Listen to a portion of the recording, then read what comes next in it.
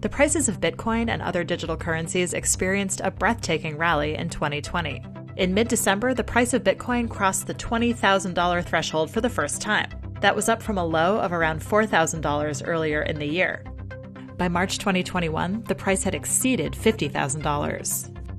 Bitcoin has hit highs before, but this time feels different because now institutional investors are playing a major role.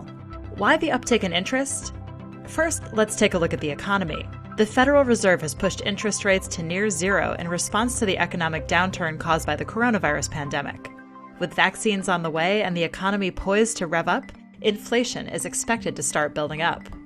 Faced with that inflation risk, institutional investors have come to see digital currency as a possible hedge against it.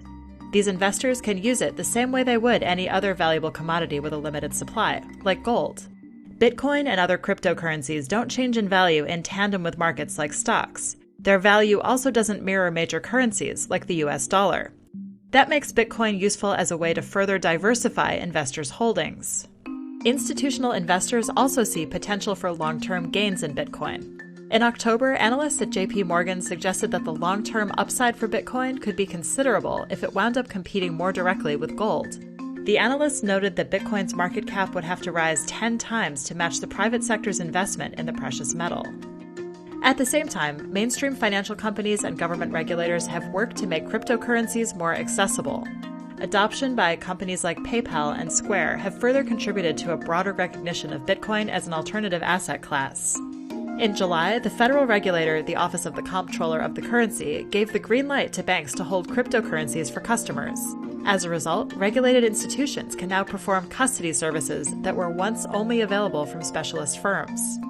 Finally, surveys suggest that institutional investment in Bitcoin and cryptocurrency may be set to rise.